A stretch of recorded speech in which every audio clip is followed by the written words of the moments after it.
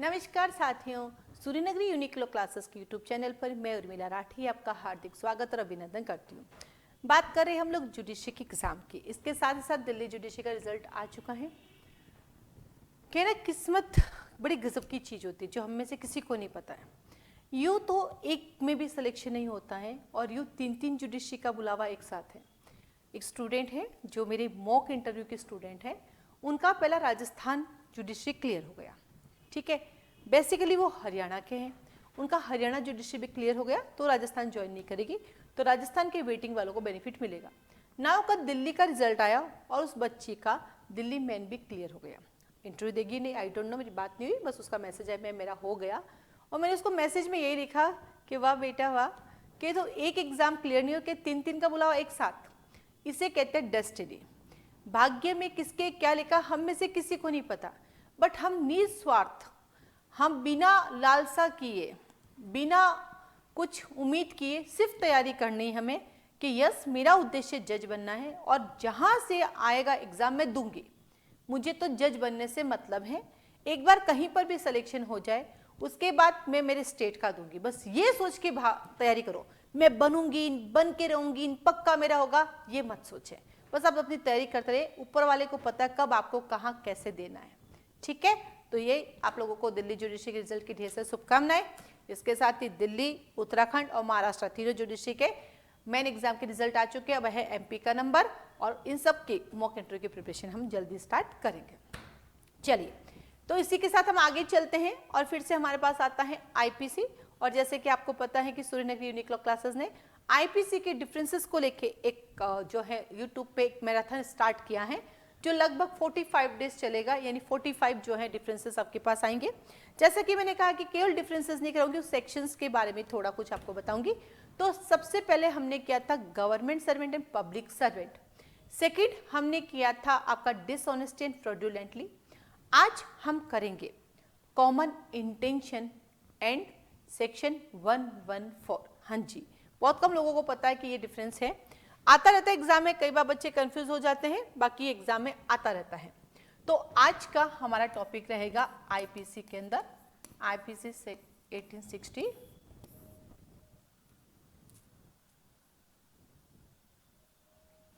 IP section 1860 के अंदर अगर आपको पता होगा तो एक सेक्शन 34 है और एक सेक्शन 114 है। इसमें डिफरेंसेस पूछने लग गए, कई लोगों को इसके बारे में पता नहीं होता, एग्जाम में फिर जैसा याद है वैसा लिख के आते हैं, क्योंकि सबको एक ही पता है और वो है सेक्शन 34 और सेक्शन 149। लेकिन जैसा कि मैंने आपसे कहा हम लाइन से चल रहे हैं, तो सेक्शन 1 से लेके हम 33 तक गए थे, तो उसमें दो डिफरेंसेस बन रहे थे जो हमने कर लिया था। एक हमने किया सेक्शन 14 और 21 के बीच, एक हमने किया 24 और 25 के बीच, है ना। फिर 26, 27, 28, 29, 30, 31, 32, 33 पे कोई डिफरेंस नहीं, तो 34 आया। तो 34 से हम आगे चलेंगे तो 149 अभी नहीं आएगा, और भी आएंगे। तो हम डिफरेंसेस पढ़ेंगे सेक्शन 34 और 114। सेक्शन 34 है वो बताता है कॉमन इंटेंशन के बारे में और 114 बताता है अबेटमेंट के बारे में। ठीक है, अबेटमेंट, बट अबेटमेंट में अबेटर की प्रेजेंस रहती है, उसकी उपस्थिति रहती है, दुष्प्रेरक की उपस्थिति। क्या बोलते हैं इसको? दुष्प्रेरक की उपस्थिति। तो इन दोनों में क्या डिफरेंस हो सकता है, आइए थोड़ा सा हम चर्चा करते हैं।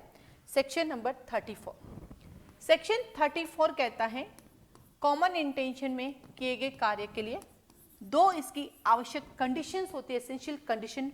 First is pre meeting of mind. Section 34 की पहली कंडीशन है प्री मीटिंग ऑफ माइंड और सेकेंड कंडीशन है एक्टिव पार्टिसिपेशन। क्या कहा? मस्तिष्कों का पूर्व मिलन होना चाहिए और भागीदारी, सक्रिय भागीदारी होनी चाहिए सेक्शन 34 में। सेक्शन 34 कहता है सेवरल पर्सन के द्वारा अपने कॉमन इंटेंशन को अग्रसर करने के लिए कोई एक्ट किया जाता है तो सभी के सभी जितने भी लोग उसमें होंगे वो सभी के सभी उस पर लाइबल होंगे, ये सेक्शन 34 कहता है। सेक्शन 34 क्या वर्ड यूज करता है? Several person. क्या वर्ड यूज करता है बेटा? सेवरल पर्सन की बात करता है, कई व्यक्ति। जबकि हम पूछते हैं कि 149 में कितने पर्सन होते हैं? 5, अबेटमेंट में कितने होते हैं? 2 या 2 से अधिक, है ना। कॉन्स्पिरेसी में कितने होते हैं? 2 या 2 से अधिक, ठीक है। रॉबरी में कितने होते हैं? 1। थेफ्ट में कितने होते हैं? मिनिमम 1। एक्सटॉर्शन में 1। डकैती में 5 और मोर देन 5। तो ऐसे कई बार हम लोग पढ़ते रहते हैं किसमें कितने पर्सन्स कितने, तो कई बार बच्चे कहते हैं सेक्शन 34 में 2 और मोर देन 2 पर्सन है, जबकि यहाँ पे सेवरल पर्सन वर्ड यूज किया गया है। तो यहाँ पे ध्यान रखना 2 और मोर देन 2 नहीं है। अगर ऑब्जेक्टिव का क्वेश्चन आता है कि सेक्शन 34 में, यदि ऑब्जेक्टिव का क्वेश्चन आता है सेक्शन 34 में कितने पर्सन चाहिए, मिनिमम कितने पर्सन चाहिए, ऑप्शन में आया 1, 2 आया मोर देन देन 1, तीसरा आया 2 और मोर देन 2, है ना, और चौथा ऑप्शन आता है सेवरल पर्सन। अगर इस तरह से आता है तो आपका ऑप्शन होना चाहिए सेवरल पर्सन, क्योंकि जो लॉ में लिखा होता है पहली प्रायोरिटी लॉ को मिलेगी, तो जो लॉ में लिखा होगा पहली प्रायोरिटी लॉ के अकॉर्डिंग होगी। ऐसा देखा जाए तो 2 और मोर देन 2 पर्सन है। अगर इनडायरेक्टली बात करें तो 2 और मोर देन 2 पर्सन है, लेकिन डायरेक्टली यहाँ पे 2 और मोर देन 2 पर्सन कहीं पर भी नहीं लिखा हुआ है, वो तो सेंस निकलता है, यहाँ पे सेवरल पर्सन यूज किया गया है। जब भी आप पढ़ते हैं कॉमन इंटेंशन, तो उसके लिए आपके पास एक फेमस केस है बारेंद्र कुमार घोष वर्सेस एम्परर, ये आपको याद होना चाहिए। दूसरा इसका केस है महबूब शाह वर्सेस एम्परर, जिसे सिंधु नदी का वाद कहते हैं, जिसे सिंधु रिवर का केस भी कहा जाता है। क्या कहते हैं? सिंधु रिवर केस, ठीक है। ये दो इसके फेमस केसेस हैं जहां पे आपको बताते हैं कि जब कभी भी, बारेंद्र कुमार जी कहते हैं कि जब कभी भी 5 पर्सन मिलके प्री प्लानिंग करते हैं, प्री मीटिंग ऑफ माइंड होता है और जाके कोई ऑफेंस कमिट करते हैं, किसी का मर्डर करते हैं, तो ऐसे केसेस में आपका सेक्शन 34 भी लगेगा आईपीसी, सेक्शन 149 भी लगेगा और 302 भी लगेगा। तो कई लोगों को लगता है कि 34 और 149 साथ में नहीं आता है, जबकि ऐसा नहीं है। जब हम लोग कॉमन इंटेंशन लाते हैं, प्री मीटिंग ऑफ माइंड करते हैं, तो सेवरल पर्सन वर्ड यूज है, इसका मतलब 5 और मोर देन 5 भी हो सकते हैं। तो 1 होता है 34, आई मीन सेवरल में 2 होते हैं तो 34, 3 होते तो 34, 4 होते तो 34।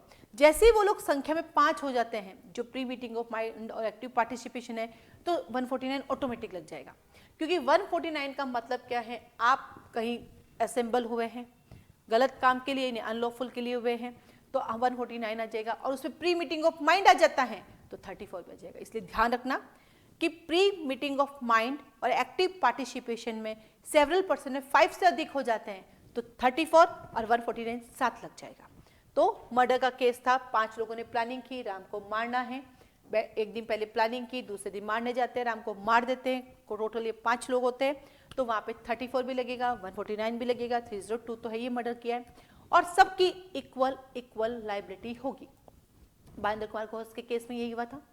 5 लोगों ने बैंक लूटने की प्लानिंग की थी, बैंक लूटने के लिए गए थे।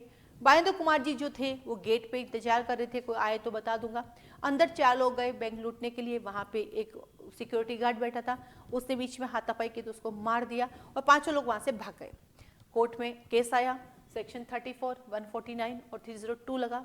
बारेंद्र कुमार घोष जी ने कहा था कि मैं तो बाहर बैठा था, मर्डर में मैं शामिल नहीं था, मुझे नहीं पता क्या हो गया।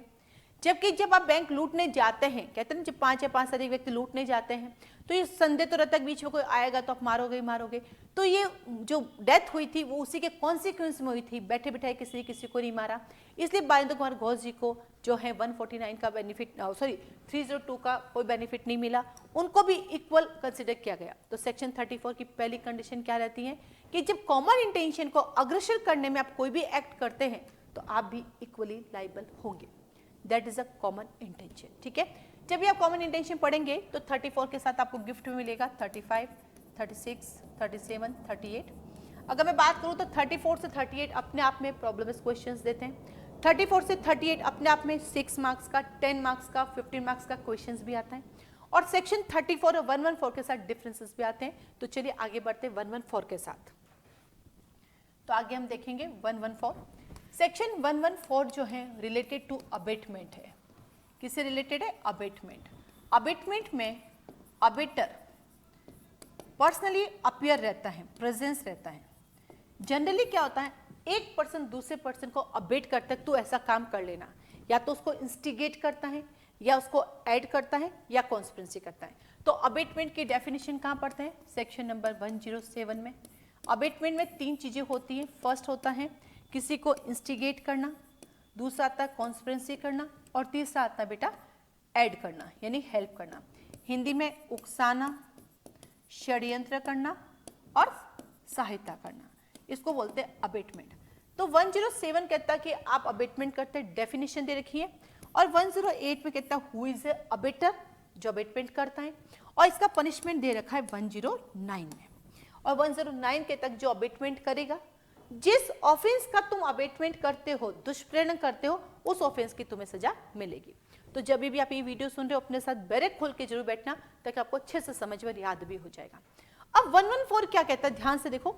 114 कहता है कि जनरल रूल कहता है कि अबेटर कहीं और बैठ के आपको अबेटमेंट करता है कि उसको ये काम करना है, मारना है। लेकिन 114 में जिसने आपको इंस्टिगेट किया वो आपके पास ही खड़ा है। इट्स मीन एक होता है, 2 एग्जाम्पल से क्लियर करती हूं। राम ने कहा श्याम से, राम ने कहा श्याम से जाके मोहन को मार दो, मोहन को मर्डर कर दो। ठीक है, राम ने कहा श्याम से मोहन का मर्डर कर दो, श्याम ने मोहन का मर्डर कर दिया।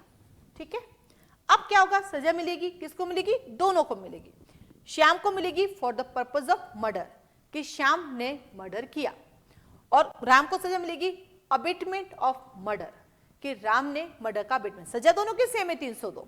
तो श्याम के लिए तो लगेगा सिर्फ 302 आईपीसी, ठीक है, और राम के लिए लगेगा 302 रेड विथ 109, यानी अबेटमेंट ऑफ मर्डर।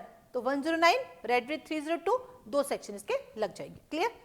अब क्योंकि इसने कहा, अब क्या हुआ, राम ने श्याम से कहा कि हमें तुम्हें मोहन को मारना है। क्या का वापस दूसरे केस में चलते हैं। ये तो पहला दृष्टांत हो गया आपका जो बात करता है अबेटमेंट की। दूसरा करता है, राम ने कहा श्याम से कि मोहन का मर्डर करना है। ठीक है, अब जब मोहन का मर्डर कर रहे थे उस समय राम और श्याम दोनों वहीं खड़े थे, दोनों वहीं थे, राम भी वहीं था, श्याम भी वहीं था, दोनों ने मिलकर मार दिया। जबकि राम ने श्याम से कहा मारने के लिए, लेकिन राम वहीं प्रेजेंट हो गया, राम वहीं प्रेजेंट हो गया। तो यहाँ पे राम अब अबेटमेंट के लिए नहीं है, अब दोनों ही मर्डर के लिए कंसिडर किए जाएंगे। अब दोनों ही 302 मर्डर के लिए कंसिडर किए जाएंगे। हाँ, जब वो 2 हो जाते हैं, अगर कॉमन इंटेंशन है तो 34 लग जाएगा, क्रिमिनल कॉन्स्पिरेसी तो 120B लग जाएगा। तो वो सेक्शन जो डिपेंड ऑन है वो लग सकते हैं। दोनों ने मिलकर क्या षड्यंत्र के साथ, तो 120B लग जाता है। तो वो सेक्शंस लगते रहते हैं। लेकिन यहाँ अबेटमेंट जो था, पहले वाले में क्या था, राम ने श्याम का अबेटमेंट किया, तो राम के ऊपर केस लगेगा, अबेटमेंट ऑफ मर्डर था। लेकिन इस बार राम यही प्रेजेंट है, तो ये तो खुद ही मर्डर ही हो गया, अबेटमेंट कहने की जरूरत नहीं है। यह है सेक्शन 114। अब सवाल एग्जाम में आने लगा कि what is the difference between, अभी एग्जाम में क्वेश्चन आने लग गया, what is the difference between section 34 and section 114। अब ये एग्जाम में सवाल आ गया। तो पहला क्वेश्चन अगर आपका होता है, फर्स्ट कहता है सेक्शन 34 में कि जिन्होंने भी प्री मीटिंग ऑफ माइंड किया सबका प्रेजेंट होना जरूरी नहीं है। तो क्या क्या प्रेजेंस आवश्यक नहीं है, ऑफेंडर की प्रेजेंस आवश्यक नहीं है, अक्यूज्ड की प्रेजेंस आवश्यक नहीं है। जबकि 114 में कहता है अक्यूज्ड की प्रेजेंस आवश्यक है, यानी जो अबेटमेंट कर रहा है वो वही प्रेजेंट है। तो सेक्शन 34 कहता है कि तुम दूर बैठे हो तब भी तुम इक्वल लाइबल होंगे। सेक्शन 34 कहता है तुम दूर बैठे हो तब भी तुम इक्वल लाइबल होंगे। जबकि 114 कहता है यदि तुम प्रेजेंट होंगे तो इक्वल लाइबिलिटी है। अगर डिफरेंट है तो अबेटमेंट ऑफ मर्डर और मर्डर हो गया, जैसा कि अपन ने पढ़ा। डिफरेंट है तो अबेटमेंट ऑफ मर्डर और मर्डर है, प्रेजेंट होंगे तो ओनली मर्डर, और दूर बैठे हो तो अबेटमेंट ऑफ मर्डर। तो क्या कहा कि 114 कहता है कि तुम्हारी प्रेजेंस होगी तो इक्वल लाइबिलिटी होगी, जबकि 34 कहता है तुम दूर बैठे हो तब भी तुम्हारी इक्वल लाइबिलिटी होगी। ठीक है, ये पहला अंतर है, यही मेन अंतर है। ठीक है, फिर अपना दूसरा अंतर जो हम सब बनाते हैं कि कॉन्स्पिरेसी में सेवरल पर्सन होते हैं, जबकि 114 में 2 और मोर देन 2 पर्सन होने चाहिए, मिनिमम 2 पर्सन होने चाहिए। तो यहाँ पे आता है सेवरल पर्सन, यहाँ पे आता है मिनिमम 2% तो होने चाहिए, उसके बाद कितने भी हो सकते हैं।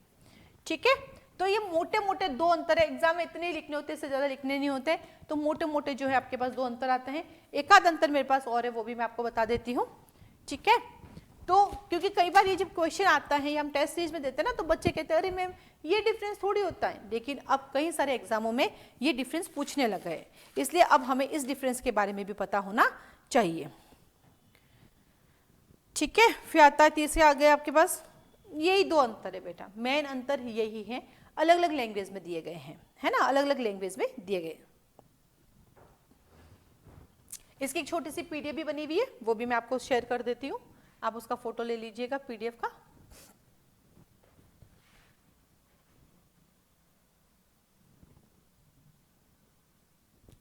ये देखिए उसी के रूप में दिया हुआ है आपका, थोड़ा छोटा कर देती हूँ, आप स्क्रीनशॉट ले लीजिएगा।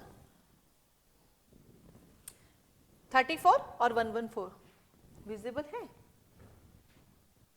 थोड़ा सा,